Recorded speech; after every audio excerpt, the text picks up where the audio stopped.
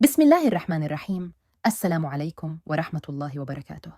الجماهير العربية والمغربية على موعد هذا اليوم مع مباراة قوية تجمع بين المنتخب المغربي ومنتخب جزر القمر ضمن منافسات كأس العرب 2025 في مواجهة ينتظرها الملايين نظرا لأهميتها وللطموحات الكبيرة للأسود.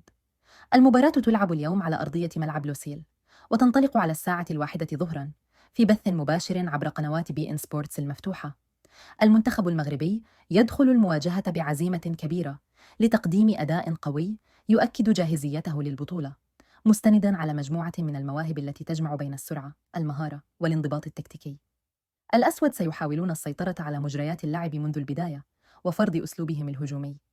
أما منتخب جزر القمر فيدرك تماما قوة الخصم، لكنه يدخل المباراة بطموح كبير للظهور بشكل مشرف واستغلال الهجمات السريعة والمفاجآت التي قد تربك دفاع المغرب. مباراة واعدة بالإثارة. هل سيواصل المغرب تألقه ويحقق الفوز؟ أم أن جزر القمر ستخلق المفاجأة أمام أحد أقوى المنتخبات العربية؟